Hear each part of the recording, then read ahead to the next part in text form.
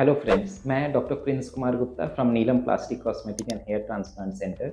आज हम लोग एक बहुत ही इम्पोर्टेंट टॉपिक के बारे में बात करेंगे जो हेयर ट्रांसप्लांट से रिलेटेड है।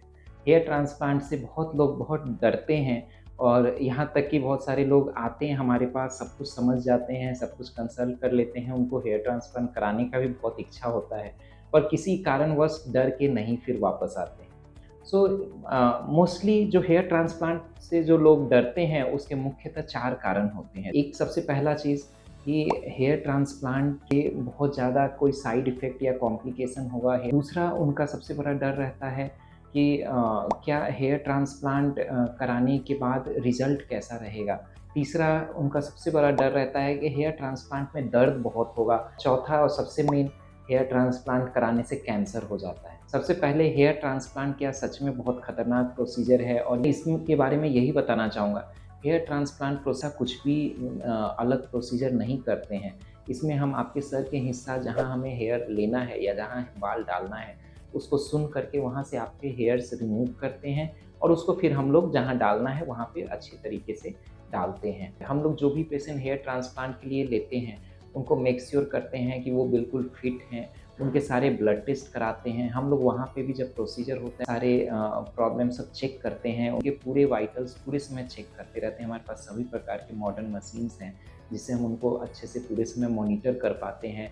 मैं खुद भी पूरे समय अवेलेबल रहता हूँ, उनको देखता रहता हूँ और इसलिए ये प्रोसीजर जो हमारे यहाँ इतने सारे पेशेंट कराए हैं और बिल्कुल सेफ़ली और बिल्कुल अच्छे से कराए हैं।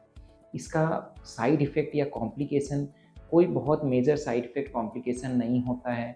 जो मेन साइड इफ़ेक्ट होता है वो पहले 1 से 2 दिन थोड़ा स्वेलिंग हो सकता है, वो भी हम लोग क्योंकि मेडिसिन देते हैं, तो वो भी नहीं होता है।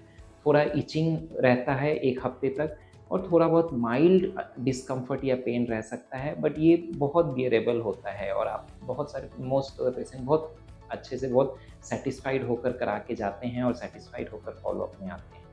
हेयर ट्रांसप्लांट का रिज़ल्ट कैसा होगा? हम लोग यहाँ पे जो मेथड, मैं खुद दिल्ली एम्स से पढ़ा हूँ और फिर मैं मुंबई में था, अभी रांची में हूँ। यहाँ पे जो हम लोग मेथड जो दिल्ली या मुंबई में करते हैं, वही मेथड यहाँ भी करते हैं। हम लोग बाल डालने के लिए भी सफ़ायर नीडल यूज़ करते हैं, जो डायमंड टिप होता है उसका, जिससे बाल का डेंसिटी बहुत अच्छा आता है।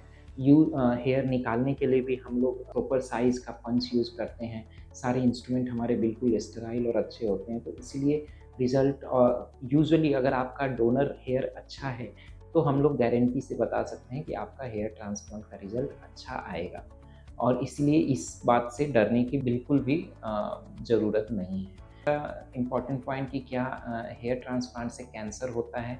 हेयर ट्रांसप्लांट से बिल्कुल भी कैंसर नहीं होता है, इसमें ऐसा कुछ भी यूज़ नहीं होता है जिससे कैंसर होगा और हेयर ट्रांसप्लांट का प्रोसेस आज से नहीं, काफ़ी समय से चल रहा है। तो इसलिए हेयर ट्रांसप्लांट कराने से कैंसर होने का कोई डर नहीं है। पेन को लेकर जो डरते हैं, इवन हमारे पेशेंट जो प्रोसीजर कराते हैं, उसके बाद सारे पेशेंट अब खुद से घर चले जाते हैं और बिल्कुल भी पेन फ्री रहते हैं। इसके लिए आप बहुत सारे हमारे पेशेंट के टेस्टिमोनियल्स देख सकते हैं, जो बताएँगे कि प्रोसीजर के दौरान उनको कितना कंफर्टेबल थे। तो इसीलिए ये बिल्कुल सेफ प्रोसीजर है, with minimal complication, no pain and इसका कोई भी लॉन्ग टर्म साइड इफ़ेक्ट नहीं है एंड रिज़ल्ट बिल्कुल, अगर आपका डोनर अच्छा है तो गारंटीड रिज़ल्ट होता है। सो अगर आप इसके बारे में और जानना चाहते हैं तो नीचे दिए गए नंबर पे संपर्क कर सकते हैं या हमारा क्लिनिक जो लालपुर रांची में है, वहाँ पे आके मिल सकते हैं। Thank you.